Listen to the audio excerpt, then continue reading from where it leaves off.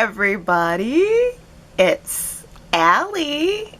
And welcome to our Y&R Chat for Sunday, May 29th, 2022. Dee Dee's staying at the athletic club. Oh, Dee Dee, can you and Father both stay at the athletic club? I would love to eat one of their ice cream sundaes ever so much.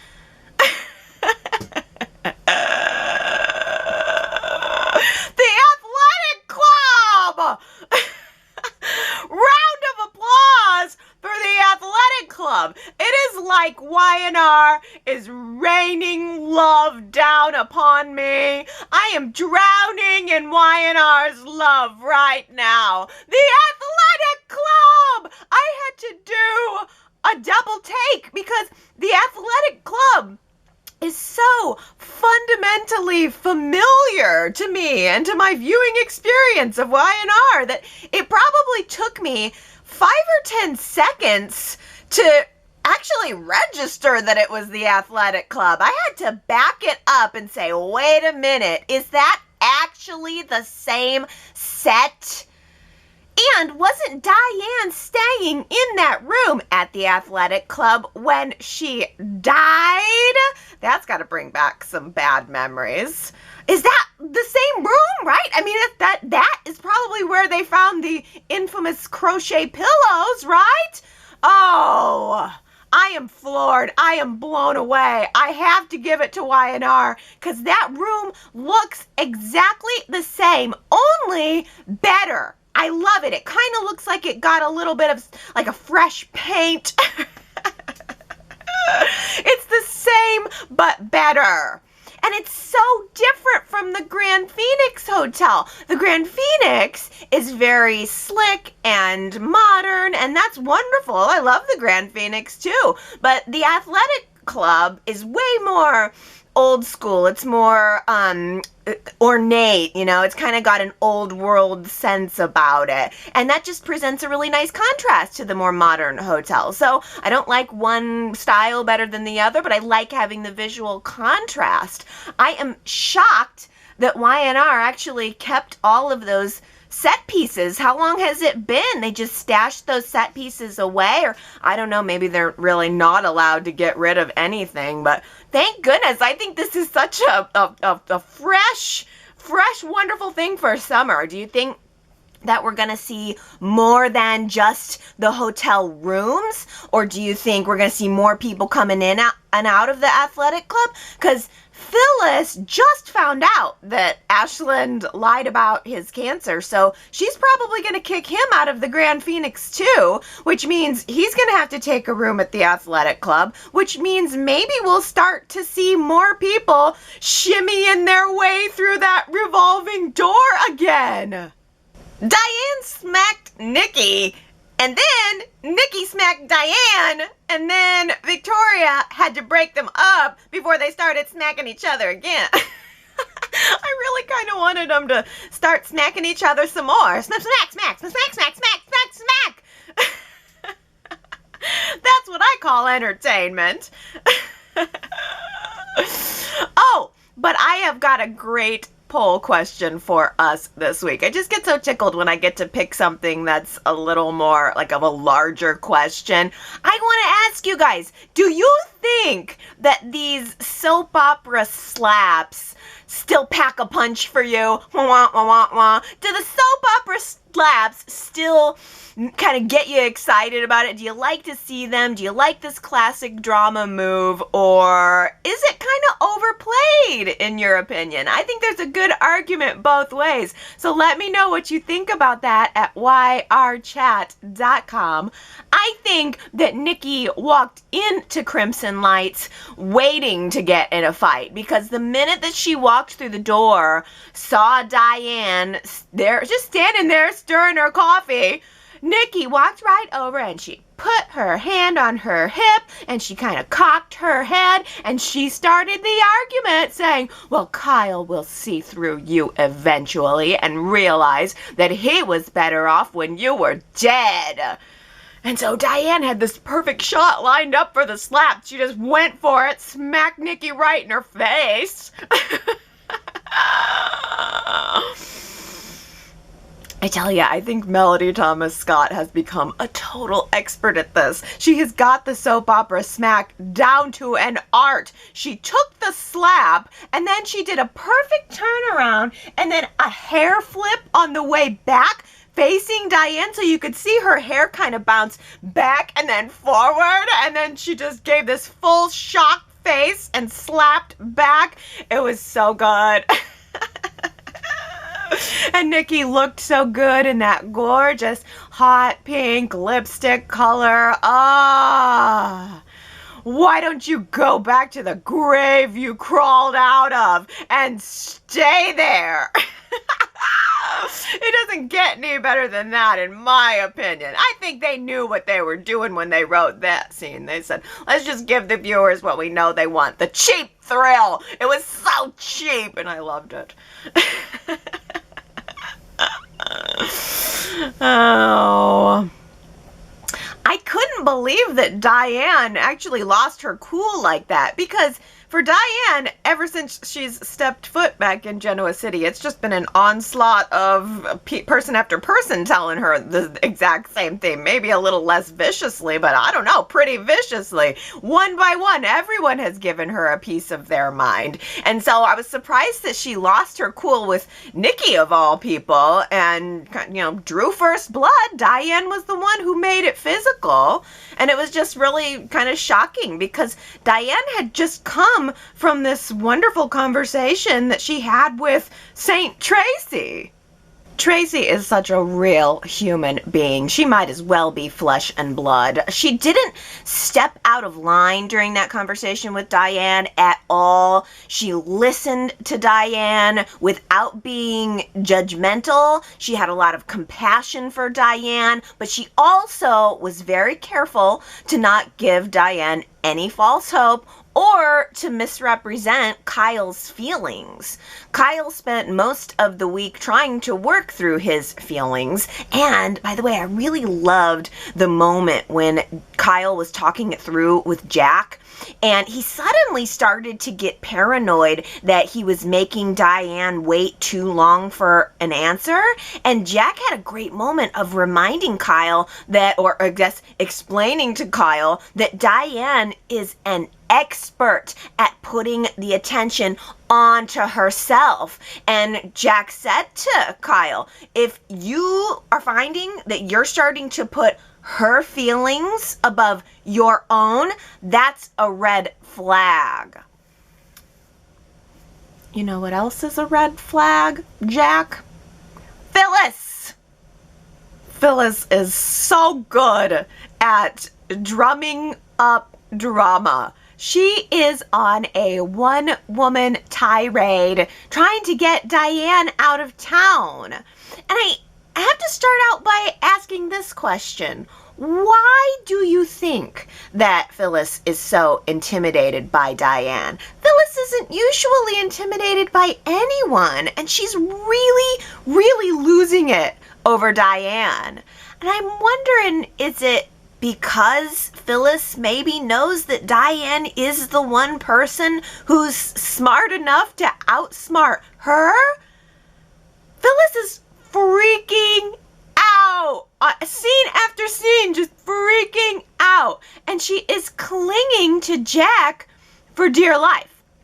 Phyllis's freak out actually reminded me of the days when she was obsessed with Danny and she was willing to do anything to keep him.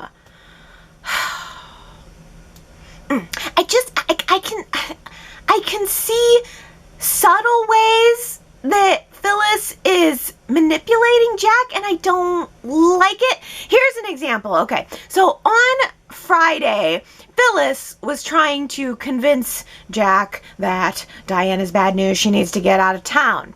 And Phyllis was masking it as concern for Kyle.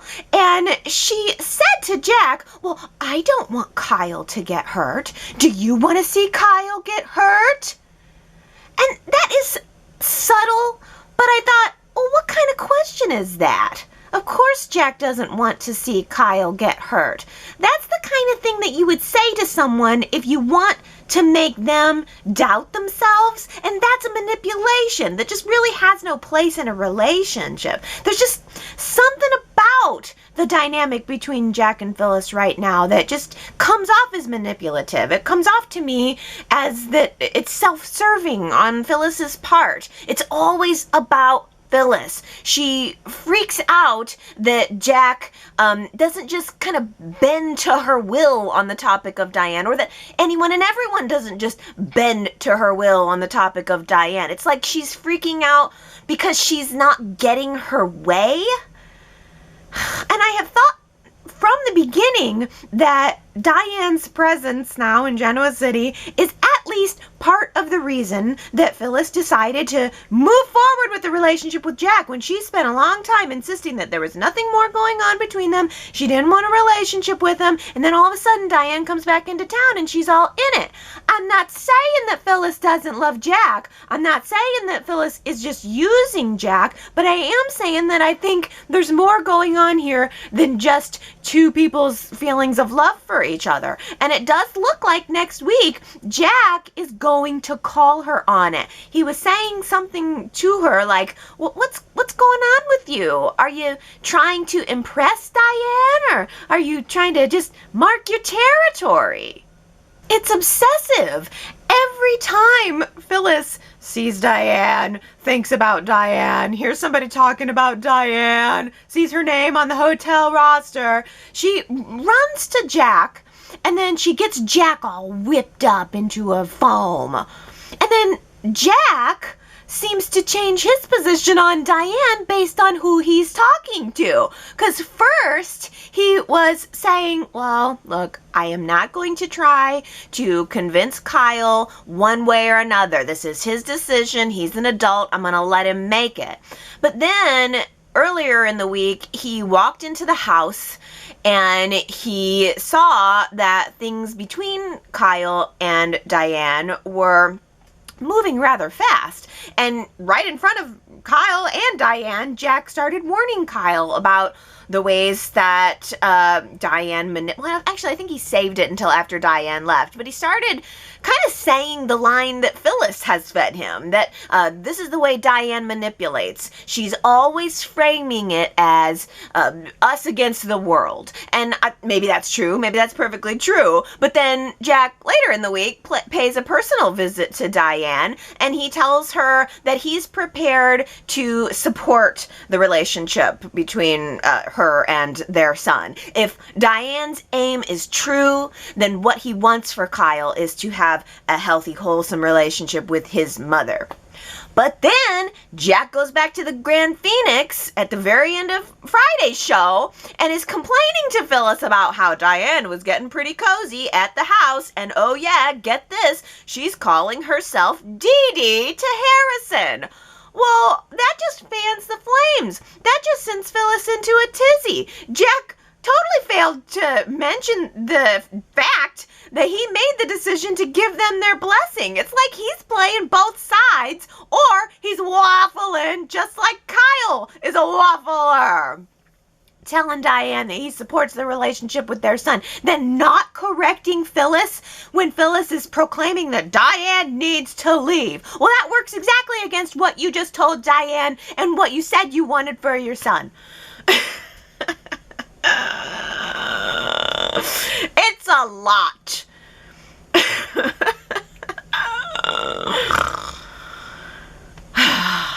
Phyllis is going to shoot herself in the foot here.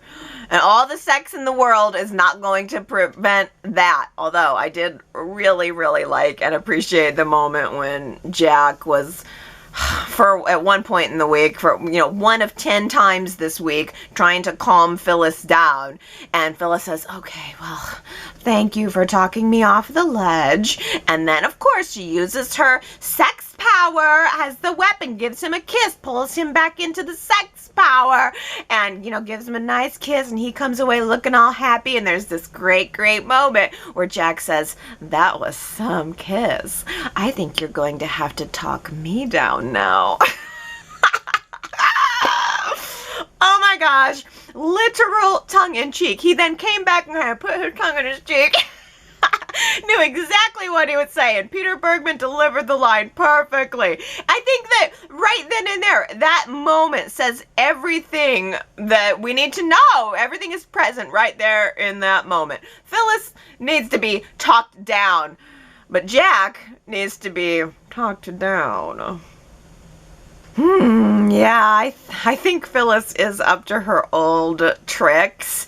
And just to be clear, I think Phyllis is right to be worried. I don't think Diane has turned into some angel. I think Diane is clever. Sometimes I think she's capable of manipulating without even fully realizing that she's doing it. But Diane is capable of one-upping Phyllis. I mean, look at what Diane is doing right now. She's already doing it. She's already succeeding. She knows that Jack will always kind of feel insecure around Phyllis. So Diane innocently tells him this week, hey, I know how it feels to be lonely and uncertain about your life, And Jack looked at her and said, wait a minute, where did you get that idea? I'm not lonely and uncertain about my life. Or am I? Oh, I am so proud of Summer for standing strong and for being one of the only people to not bend to Phyllis's will.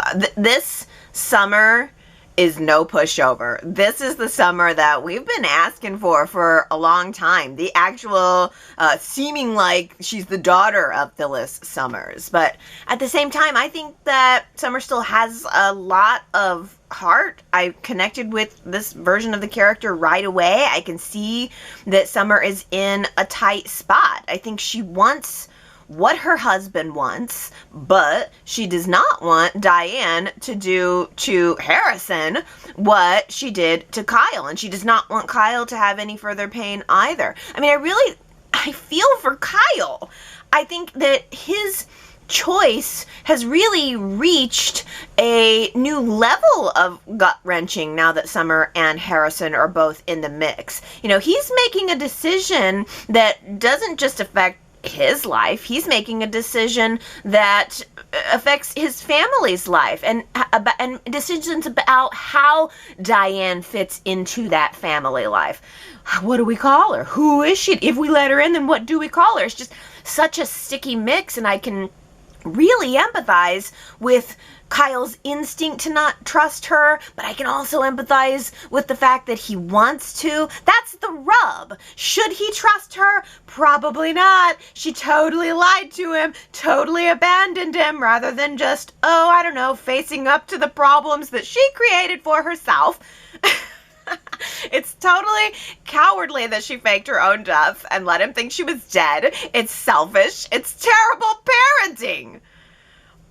But she is a master at pulling on the heartstrings, and the heart wants what it wants. Kyle wants his mom. He wants to have a relationship with his mom, and he wants for his son to have a relationship with his mom. He wants Harrison to have a grandma. And he sees the little run-in that they had in the park, which Diane totally was just waiting around, hoping she was going to bump into them. And then she presents herself as so loving and so good with kids. And of course, Diane is going to be good with a little kid in the park playing on a happy day. That's the easy part. Playing with the kids is the easy part. Summer's concern is, and a lot of people share this concern. The concern is, what will Diane's influence do to this family long term? The choices that Diane makes, the people that Diane surrounds herself with, all of that comes back onto her and then onto them eventually. And eventually Kyle decides that is totally worth the risk, which is kind of surprising and yet not. I think Kyle thinks he would just be remiss to miss this chance. He would rather risk giving his mother this chance that she is asking for rather than continuing on with his life knowing that he refused to do that. And ultimately, who can really blame Kyle for wanting to believe in some form of happily ever after? But that doesn't mean he's gonna get it. Kyle finds Diane right as she's getting ready to leave town, and he asks her to stay. And interestingly, he also offers to pay for her hotel room at the athletic club. And how much do you want to bet that Kyle also offers Diane a job, probably along with Chloe and Chelsea, as soon as Jabot buys Marchetti? So I think this is really great. I think the fact that Kyle paying for Diane's hotel, it just adds another layer of interest to the dynamic of the relationship. He's kind of giving her a first-class pass through Genoa City. That's so juicy. That's a juicy element of the dynamic that's coming to light, actually, right after Nikki accused Diane of being a gold digger and wanting to use Kyle for his money. Now, I don't think that that's necessarily true. I don't think Diane necessarily wants Kyle's money, but I think it feeds the narrative that everyone else already believes is true of Diane.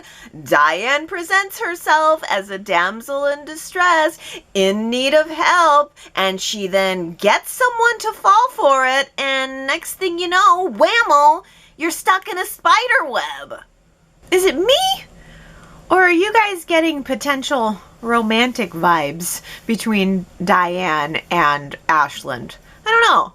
They ran into each other twice this week, once at the hotel, just as Phyllis was kicking Diane out, and then once at the park, at the same time that Michael and Victor were brainstorming ways to get Ashland Locke out of town, asking if Harrison could be the key to doing that.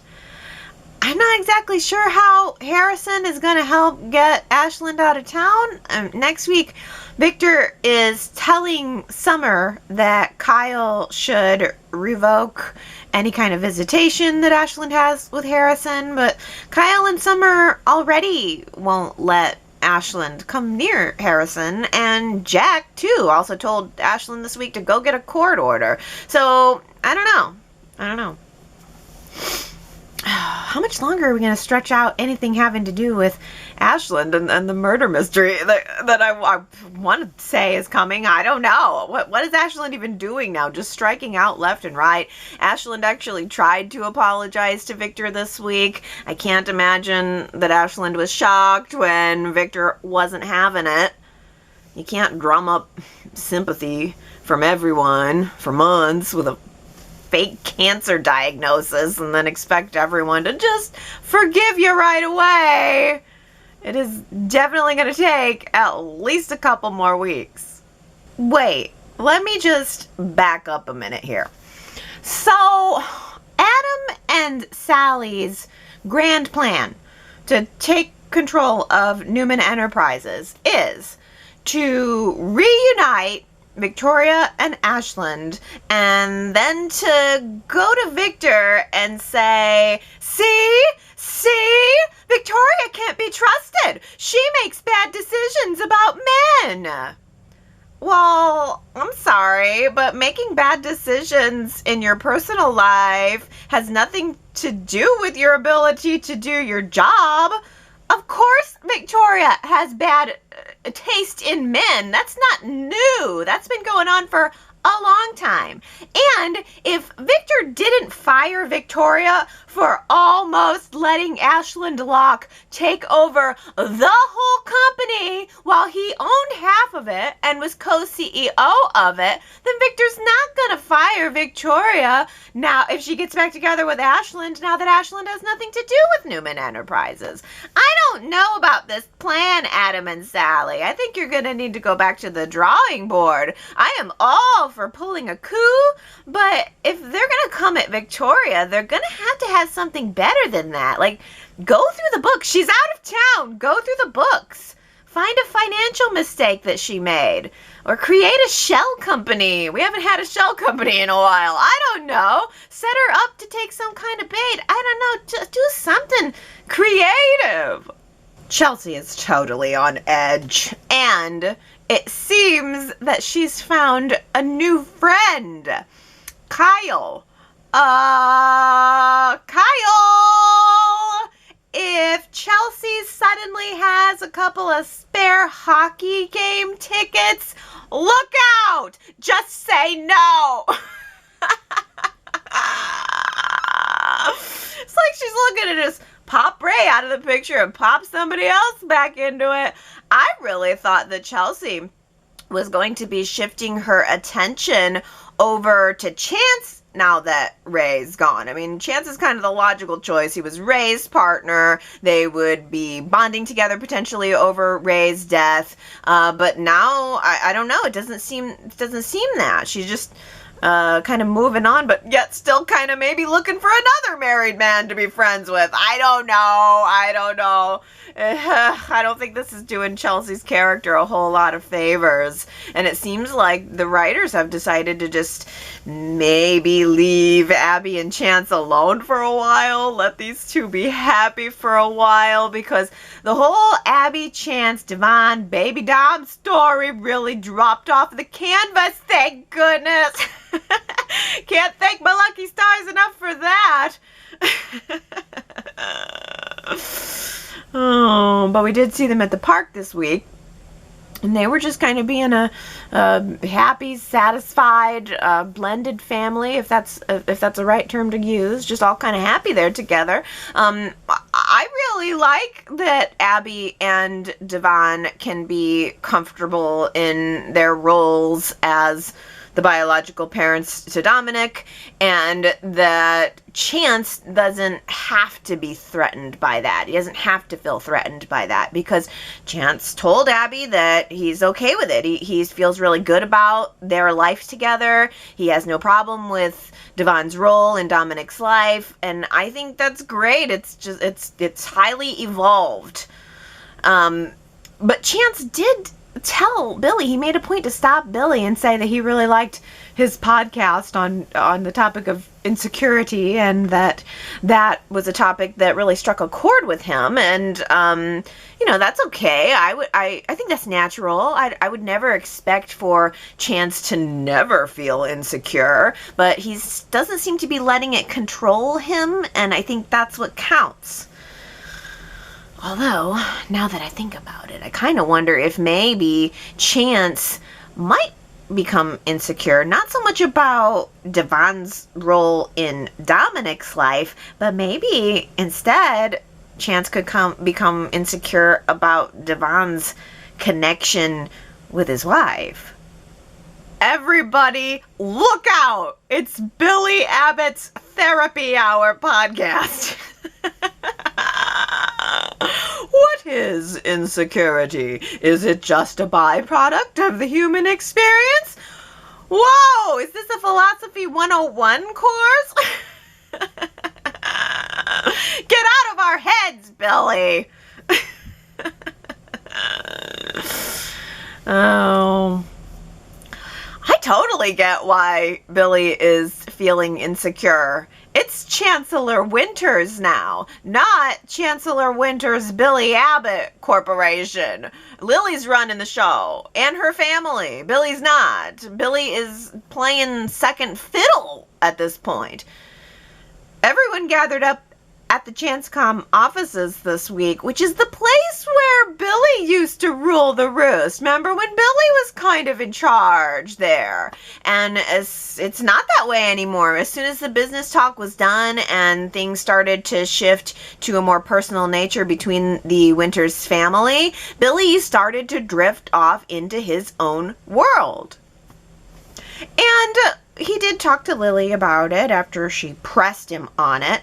But then he went home and he decided to explore it further in his podcast, and he was asking himself, a lot of questions, and they're probably questions that we all ask ourselves from time to time. What's my place in this world? Am I enough? These are answers that nobody has except for you, and you can really only ask of yourself. But I thought everything Billy said was very universal. It didn't seem necessarily to be, I just seemed like, okay, well, maybe he's working through something, but I didn't take it personally, but Lily did. Lily didn't like the fact that she feels like he is saying one thing to her face and then like saying everything's fine and then turning around and telling the world via his podcast what his true feelings are, that he is that he is feeling insecure about his place.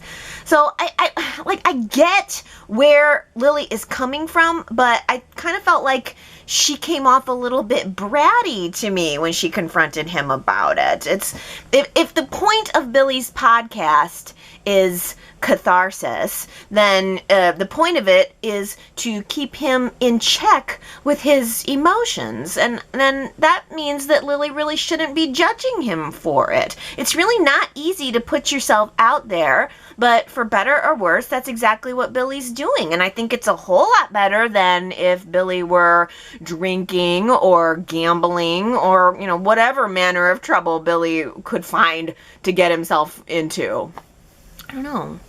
I just think that Lily has very high standards for conduct. And while I like that about her, I also worry that if her standards are too high, then she's with the wrong guy.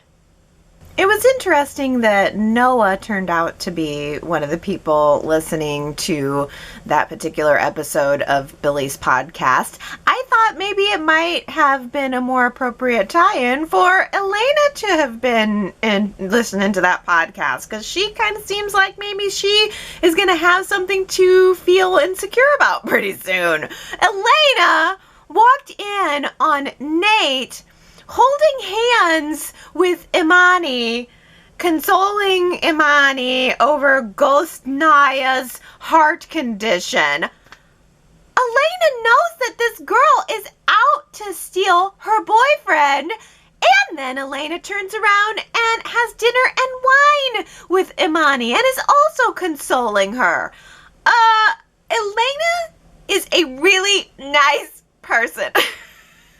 That's the most you could say about Elena. She is a really nice person. She's my friend. I decided. Elena is totally my friend. I like nice people. She can come over to my house anytime and we can hang out. Oh. I mean, cheating on Devon with Nate was the one unscrupulous thing that Elena ever did. And who the hell could blame her? Not me. Not me. Oh. I really liked being reminded of Elena's history this week. How she got to Genoa City, how she was taking care of her Uncle Jet, how everything went down between Devon and Nate. And I thought it was really good to refresh the viewer's memory, and it says to me that Y&R is getting ready to ramp up these messy love stories once again, which I think is also very good. So Elena, Imani, and Amanda having dinner and then toasting to good friends, that's an omen. I'm like, good friends? Yeah, right. Imani is so bad. She's so bad, and I love her so much. I love how frank Imani is. I mean, she's just not afraid to get up in there and ask questions about the history. And she does so in sort of a socially unaware way that is so awkward and yet totally fabulous and confident, and I really enjoy having Imani around. I think that the actress comes off as really smart to me. I think that the character comes off as really smart to me. She happened to overhear a little bit of discord between Nate and Devon, and she found it, clever girl, as an excuse to maybe connect with Nate a little bit extra. First of all, what was Devon's fit all about? I mean, Nate and Lily were just discussing this big launch party that I can't wait for. And Nate dared to mention that maybe they'd use some of Devon's new artists to play at the event. What is so wrong about that? It's just an idea that came out of Nate's mouth. He didn't follow up on it. He didn't act on it in any way. And Devon just freaked out that Nate would even mention his music label. That is so petty. It's just petty. See, I think Devon has gone unchecked for way too long. He's been the undisputed minister of cool for way too long. And that moment signals to us that Devon and Nate are going to be button heads now. He's no longer going to be undisputed. He's going to be very much disputed. Imani actually got Nate to talk about that relationship a little bit by relating it to the power dynamic of her relationship with Amanda, and it was really a brilliant connection to make, especially if your goal is to steal Nate away from Elena. Oh, I don't know if Imani's going to be able to steal Nate away from Elena, though. Nate seems very committed to Elena and to making it work, even though they're on different schedules now that they work in different places now. But, I mean, I don't know. Then again, Nate does seem to maybe have a little bit of extra oomph right now. It's almost like somebody put a fresh battery pack in him or something, and now he's got a little extra juice, and he's unleashed his sexy cool side, which I saw there all along, but now it's really, I think, moving to the forefront. He's like all of a sudden a business phenom. He's moving and shaking and moving all over the place. And yeah, I'm who knows? He could develop a wandering eye. Usually Devon is the sexy cool one, and I don't want to be too hard on Devon because I do think that Nate and Devon make a good team, and I do think they have a good balance together. The aside from the one petty moment that they had, I do think that the vibe between Devon and Nate is right, and I like them. I am kind of wondering if anyone is forecasting trouble ahead for Devon and Amanda, though, because Devon seemed a little perturbed that Nate knew about what was going on with Naya's blah, blah, blah heart condition. With Naya's whole blah, blah, blah. He didn't like that Nate knew about that before he did. So I don't know. Is Devon maybe just feeling jealous that all of a sudden Nate is getting a lot of attention from other people? Or maybe is it implied that Amanda and Nate may begin to gravitate toward each other a little bit? Or I don't know. Maybe Imani will set her eyes on a different prize. Like, oh, her sister's boyfriend. 73% of Y&R chatters loved the Taraya wedding. Just 27% didn't like it. But I didn't see any comments explaining why the wedding wasn't liked. So I'm guessing that the people who didn't like it either love Mariah and Tessa and felt like Y&R could have done a better job with the wedding, or they just don't like Mariah and Tessa. But either way, the brides are off in Paris this week on their honeymoons. The only mentions of them were when Nick and Sharon and Noah were texting with them and looking at pictures from their fabulous romantic vacation that I can't wait to hear all about. Oh, those scenes were fun. Can we just give Nick his own spin-off show?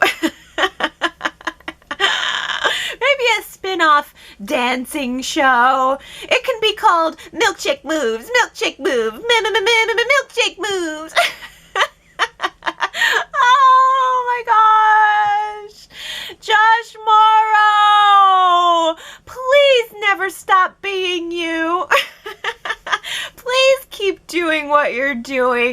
because it really, really delights me. I mean, what he's doing is not, it's like you can't write that in the script. I feel like he's just being himself, his silly, funny, adorable self, and it's working. It's translating through into the character of Nick. I love giving Nick this room, this space to just be fun. He is exactly what I need right now. I think he's exactly the friend that Sharon needs right now, only he's not a friend, is he? He's an ex-husband, and there's a difference. One of the great loves of her life. Yeah.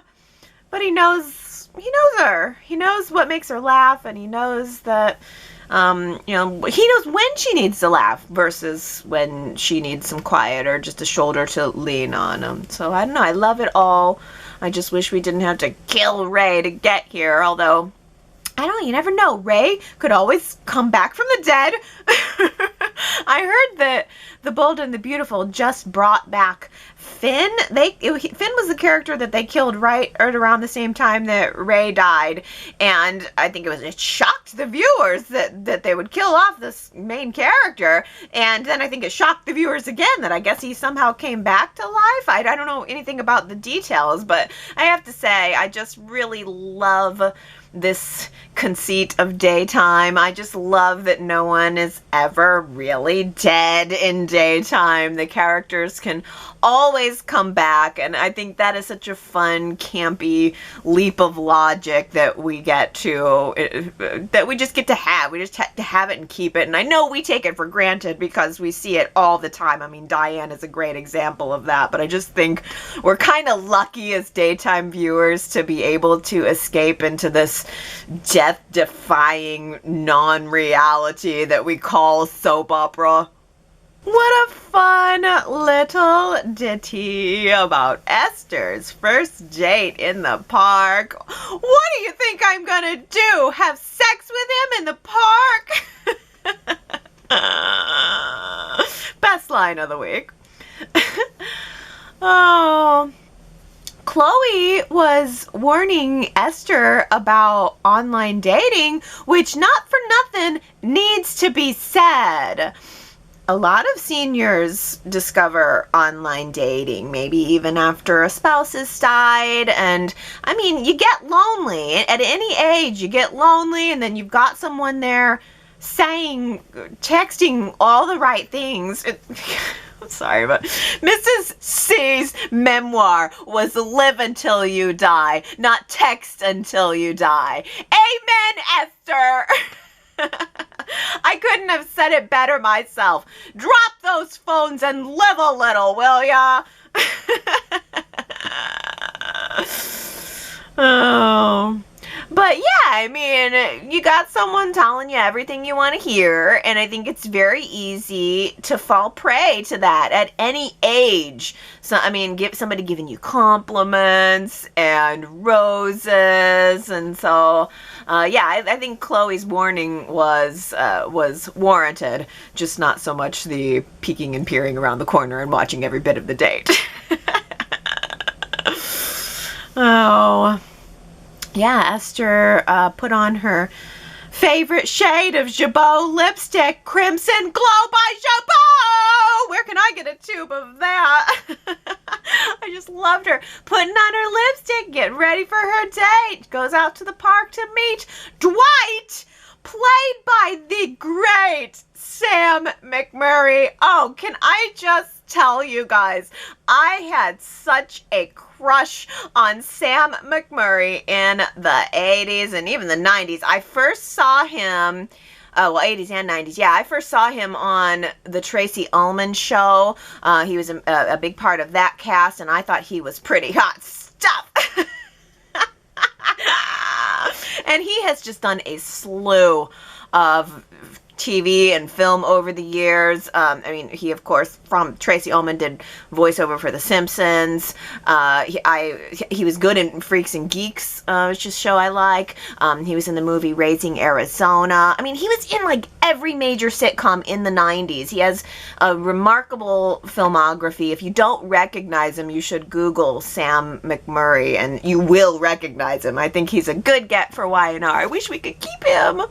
But for now, he brings Esther a big, obnoxious bouquet of flowers for the first date, which I will admit is very weird for a first date.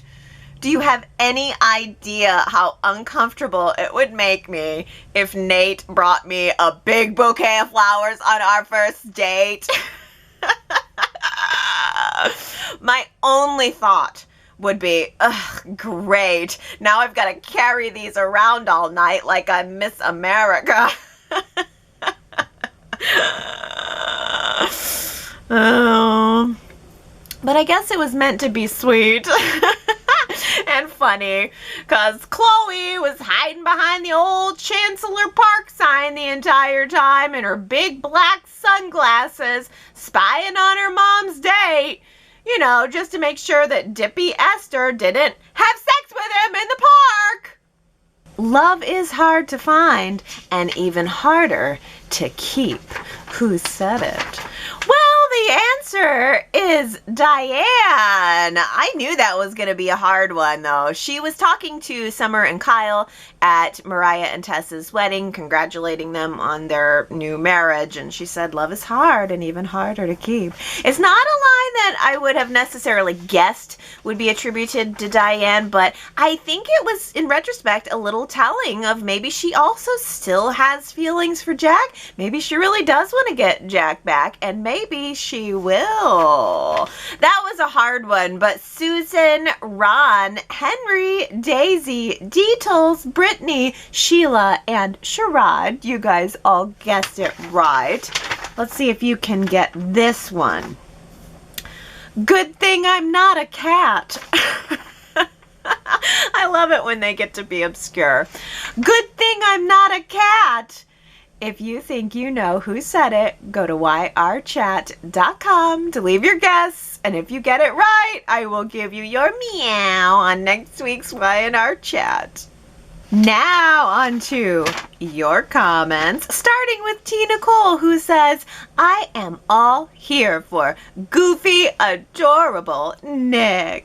It is nice laughing and smiling along with that side of him. I am sure the actor is adding in his actual humor in those scenes and can imagine they are fun for all the actors involved.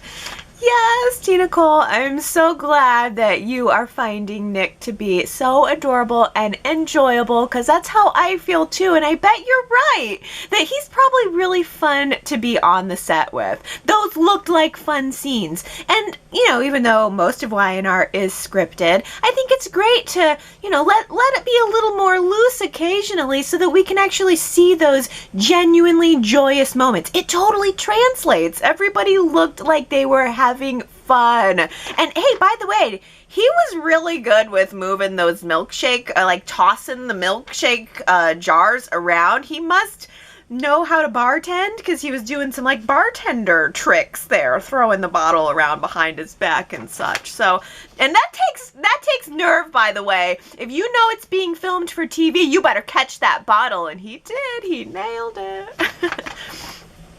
Y&R Viewer 123 says, I loved seeing Esther the other day. I hope she has a big storyline. If things go well with Dwight, maybe a wedding. Oh, that'd be good.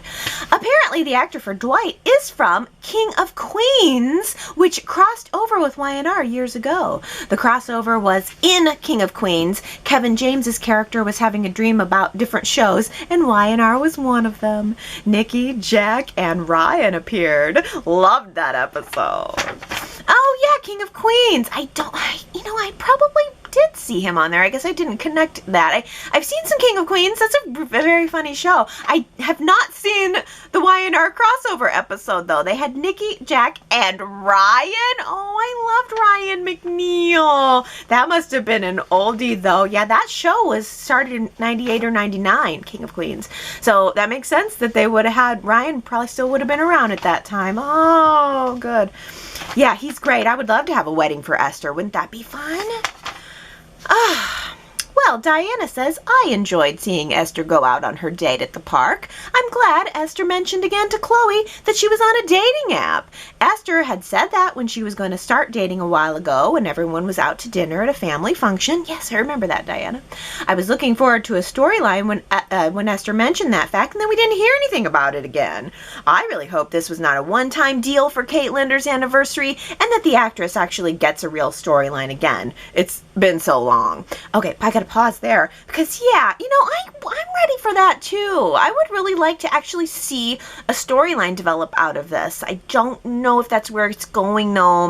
I was surprised to see the park scenes. I didn't think that Y&R was going to continue on with the story. I thought it was just going to be that one scene with her and Chloe in the coffee house. I wasn't expecting to actually see the park. So maybe we are going to get even more and more, and I'll continue to be surprised. Diana goes on to say, as I'm writing this, I realized that I've had 3 Y&R predictions involving Esther. Number 1, Tiny returns. Oh, yeah. Yeah, you've been predicting that for a while. 2, Esther meets a man online who is dangerous. Whoa. Whoa. And number 3, Esther replaces Mrs. Martinez for a short time when Mrs. Martinez has to go back home to her sick mother and she and Jack fall in love. I don't know when I became such an Esther fan. I think it's that her character became more lovable over time, and also partly because she's not rich and famous. She is a relatable character as she's just a regular person who deserves happiness. Also, she's a classic character. Yeah, and to that, I'll add, she's also a connection to Catherine, so that helps me keep my Catherine memories alive. Yeah, I mean, she is a long-time member of the cast. I would love to see more for her, and OMG, if Esther replaced Mrs. Martinez and fell in love with Jack, I might lose my mind. Sue W. says, I'm surprised how much I've enjoyed Esther's return to the show, including her flashbacks. Didn't realize I had missed her until she seamlessly popped back in. Esther is such a doll, and I had kind of forgotten what an integral character she's been. I do feel that she's dialed it back just a bit of the caricaturist tone that floated about her at times. Esther feels very believable to me now, and golly gee, she sure looks great. As Diana so perfectly stated in an earlier post, Esther is just a regular person who deserves happiness, and I hope we see that for her. She does look good too. I'm glad you mentioned that because she is looking good, and I think you're right that she has dialed it back on the Esther caricature, and she's much more of a just believable real woman now. Yeah, I agree. Well, T. Nicole says, I hate to admit it, but I'm ready for a messy love shakeup between Lily, Billy, Elena, Nate, Devon, Amanda, and Amani. And I don't just want the couples to break up and then get back together with someone who's now single. I want to see at least one big affair. Trust me, I do love a fully committed in-love couple. For example, I don't want anyone messing up Michael and Lauren, but soaps are about having messy love affairs, right? Yeah, how about a messy love affair? I'm in for that. The only thing here is of everybody listed, Lily, Billy, Elena, Nate, Devon, Amanda, and Amani, unless Lily hooks up with Elena, Amanda, or Amani, she is related to both Nate and Devon. So there's in that list, there's nowhere for Lily to go except Billy or Elena, Amanda, or Amani. Why the heck not? Oh, but speaking of Michael and Lauren, Ellen says, are they laying the groundwork for breaking up Michael and Lauren? How dare they? You know, I wondered about that too, because Michael and Lauren definitely had their argument over Michael's involvement with Victor and Ashland Locke and still doing work for Victor. I didn't take it as a potential breakup for Michael and Lauren. I was wondering if maybe the writers were just putting that in there to let Michael and Lauren have something to, you know, bicker about, as opposed to just having them blissfully in love in every scene. It's maybe a little bit more realistic that they would have arguments. I didn't see it as them potentially breaking up over it, though. At least I hope not. I don't think I could handle a Michael and Lauren breakup.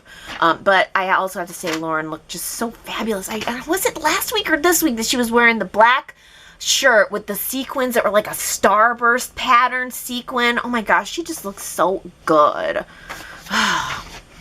Also, also about Lauren, is she going to be losing 2 employees in Chelsea and Chloe? Because Summer has been definitely sniffing around Chloe and Summer, and they're currently having their fashion line under the Fenmore's umbrella. So, I mean, is Fenmore still associated with Jabot? Would they all be within the same partnership? Or is it possible that Summer might end up stealing Chelsea and Chloe away from Fenmore's? I don't know. Keisha says it's clear after today's episode that Chance is still struggling with not being Dom's bio dad. Y&R is determined to keep Adam with Sally. Nick is back in Sharon's orbit, so Chance and Chelsea have been in testing scenes with Connor. So to me, the stage is being set. I'm predicting Chance will have a biological child after a one-night stand with Chelsea. Ooh, Keisha. Yeah, a couple of weeks ago, that's exactly where my head was going. I thought Chelsea was going to connect in with Chance, but then we had that Kyle moment, and we didn't see very much between Chance and Chelsea since Ray's death, but I love the idea that Chance will have a biological child after a one-night stand with Chelsea. But I almost wonder, though, if the Y&R writers are at this point going, okay, let's just leave it be. We have done too much with Chance and Abby and Devon and Dominic. Maybe we just need to back off a little bit and change gears. I don't know.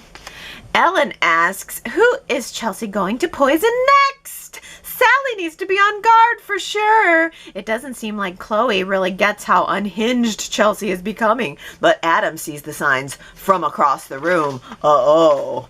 Oh yeah. And Victoria says, well, she hinted it will be Victoria. She holds Victoria responsible for Ray's death. I agree, she is boiling inside. Poison may be her weapon of choice, or she might surprise us with something new. Chloe will definitely not catch on, but Adam might stop or slow down her vengeful thinking. Yeah, Chelsea's made comments about Victoria and about Ashland. It's like Chelsea's got generalized anxiety disorder right now or something. She really seems to just not be comfortable with anything. She's really edgy, even about issues that Chloe was offering perfectly reasonable solutions to. Just a side note, even though Chelsea was totally off the rails, she looked so good in that brown top. It almost looked like maybe it had been tie-dyed. There was something, it was like very muted tones, but it had this unusual pattern that the colors were blended together with, and she had on a pair of brown pants. She just looked really good, even though she was acting really crazy. But it does seem like Chloe's maybe covering for Chelsea a little bit, whereas Adam saw it. He seemed to see the signs. And Chelsea was unusually and unnecessarily rude toward Sally on Friday, too. The last thing I remember, Chelsea had a moment with Sally saying to her, I accept you guys now, we cool. And now, all of a sudden, it's not the case anymore. Chelsea is just grumpy with everybody. I thought Chloe was really kind to her, saying, let's just have a girls' getaway. Let's just go have a spa day of our own. And Chelsea just wasn't having it. And yet the second Kyle came into the scene and said something, it was even less wonderful than everything Chloe said. Chelsea was just like, married man. Why is Kyle's comforting and compliment okay, but everything Chloe said was not comforting and complimenting? I don't know. I don't understand. It's like Chelsea only wants who she wants to hear. I don't know. Well, Victoria says, I'm still hoping Adam and Ashland team up. The Newmans don't seem to give Adam much of a break. He needs to give up on the Newmans and create another powerhouse company in Genoa City. I know, right? That's such a good idea. That partnering Adam with Ashland is exactly what needs to happen. Because otherwise, it does just kind of feel like weak sauce, the whole, we'll play Cupids, and then that'll get us our dominating of the world. We're going to play Cupid to dominate the corporate world. I like this idea of teaming up with Ashland, forming something new, and just sticking it to everybody. And Brini says, I'd love for them to team up. Or what about all the baddies in town? Diane, Ashland, Adam, Sally. Do something business related to shake up the town. The scene where Adam saw Diane was amazing. I loved it so much. He said, oh my God, Diane. The first rule of Resurrection Club is we don't talk about Resurrection Club. Mark Grossman and Susan were so good with the line delivery and everything. I want more of that. If the baddies team up, it would be like a screw you to the Newmans. People say Adam has the brains and went to Harvard, so let's see the brain in action come off with a good scheme. Yeah, we need a good scheme here. T. Nicole says, I feel Ashland is just floating through town and making his sulking appearances, just waiting until someone murders him. So the murder mystery party of whodunit in Genoa City can begin. I've almost started to give up hope on the murder mystery of Ashland Locke. I'm just wondering at this point if it's all a red herring. It's been so long and it just hasn't materialized, and I don't know. I think maybe it's kind of a stinker. Maybe they're going to gravitate away from it. Victoria says, Nikki and Victoria are off to the spas in Switzerland. What fun! Nikki will need rejuvenation after her slap down with Diane. A manicure should be on her list of to-dos. Maybe Nikki will be sharpening her nails to a point for her next bout with Diane. Reminds me of the old days with Jill. Glad we have front row seats. And Jamie says, yes, that throwback style slap fest was epic. I absolutely love a soapy cat fight. I also enjoy a good old-fashioned grown-up word getting tossed around. Also, no one nails the classic, you bitch, quite like Nikki Newman. A grown-up word getting tossed around. Yeah. Naomi says, I'm not sure who to cheer for between Nikki and Diane. Since I don't remember much about Diane, I'm getting drawn in by her. I know she's a schemer, but she's got a great look of sincerity that pulls me right in. Oh, I gotta pause there. Naomi, it's working on you. That's what Diane does. She has the look of sincerity and it pulls you right in. Nikki looked trim and pretty in that pink dress, but was ready to mix it up with Diane. I love that she's not afraid to get physical, and I love watching Diane size up Nikki with amusement. Yeah, Diane has a great way of sizing you up. She just kind of sits back and just kind of looks you up and down. Yeah, she's good at what she does. Ellen, though, says, Nikki is an obnoxious snob these days. I wish they would give her a relatable story that would draw me in. She's a total turnoff in recent years. Yeah, Nikki is a total snob. A hot pink, pretty snob. Oh, Calmness says, I missed much of the original Phyllis Diane drama. Had stopped watching Y&R then. But from the looks of it now, Phyllis is in Little League while Diane is playing varsity. I'm looking forward to Phyllis hitting the self-destruct all on her own since she's already cracking. Diane will elegantly sweep up the pieces. Phyllis is in Little League while Diane is playing varsity. Ooh, burn, that's so good. Keisha says, I've reached my limit with Phyllis going full banshee. Also, does Summer know that when the truth came out about her mother's filthy dirt, her brother Daniel made the decision to stand by his mother? Kyle deserves the same. Regardless of what Diane did, that's his mother. I know, when Phyllis was going on and on about Kyle as Diane's son, I thought to myself, well, where is Phyllis's son? Bring back sexy, cool Daniel Romalotti. That's what I say. Oh, Sue W. says, call me crazy, but I've found Phyllis likable for quite some time. She had settled in for me as a wry but generally decent conundrum, undeniably gorgeous, heart on her sleeve, fierce, loyal, and whip smart. I'd want her in my corner anytime. What you see is what you get with Phyllis. She takes no prisoners. But I'm growing weary of the current sourpuss summers, all while recognizing this shift as pretty genius by the writers and steering the audience away from the once irredeemable Diane. I hope Phyllis jolts out of this nasty and desperate persona, as it is only serving Diane's noble, or not, purpose. Self-sabotage is so sad. Phyllis, you are better. Oh, Sue W, you're so good. You're so good. And I hadn't even made the connection. Phyllis, she's spinning out. It's becoming very unbecoming of her. But you're totally right that it's fully for the reason of kind of propping up Diane. We're sort of tearing Phyllis down a little bit in order to prop up Diane, because otherwise the viewers might not connect with her. The fact when everybody is on someone, I think it makes the viewers side with that person a little bit more. Like when the town jumps on one person, I think the viewers tend to want to rally and go, well, wait a minute. So maybe that's exactly what they're doing with Diane, and maybe it's only temporary and they're gonna let Phyllis prop it back up here pretty soon. Robbie says, people keep saying it's Kyle's decision if he wants Diane back in his life, yet everyone bashes her to him constantly.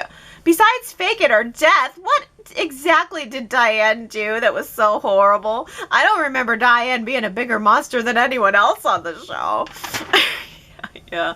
Besides fake it or death, what exactly did she do that was so bad? No, I mean, honestly, I can't really remember. It's just, I think what I remember of Diane is a lot of what they showed in the flashbacks, just everything that she did with the manipulation of Kyle. She was kind of using Kyle to get Jack and to come in between Phyllis and Jack. But yeah, other than that, I mean, it's no worse than faking cancer, for crying out loud.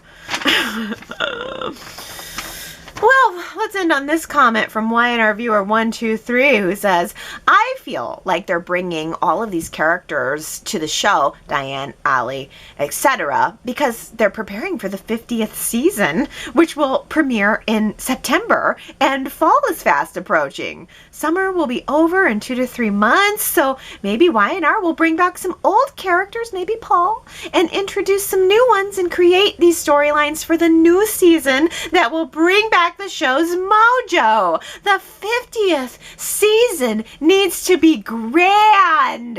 What do you guys think? Oh my goodness!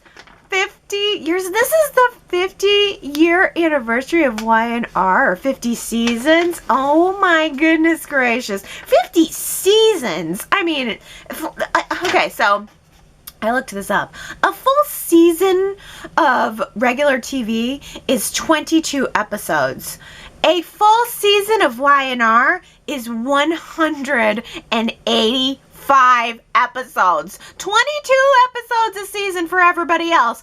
185 for Y&R. Calling it a season seems almost unfair. It's years. 50 years. Like, I don't know. Calling it seasons is almost like something you would do if you want to make it seem like less. Like, I'm not 42 years old. I'm just in my 42nd season. Y&R is older than me.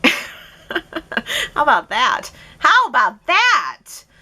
Oh, well, that just about does it for me for this week. Like halfway through Y&R Chat, I found an ant and it was crawling around in here somewhere. And so the whole chat, I've been like feeling like I got an ant crawling on my leg or my arm or whatever. So if I've been sort of fidgety or whatever, that's why I try to get rid of this ant. I got some spraying to do, I guess. Cannot have an ant crawling around on my back while I'm doing my Y&R Chat. Guess that's what you get in the spring. Around here anyway. Oh, the seasons. Well, how about you go to yrchat.com. Vote in the poll. Tell me, do you like these soap slaps, or is it a phenomenon that has seen its day and you're over it? Also, let me know what your comments are about the week and anything else you want to say. You know I love hearing from ya. I will be back next Sunday, and I hope everybody has a really good week. I love you so much. Bye.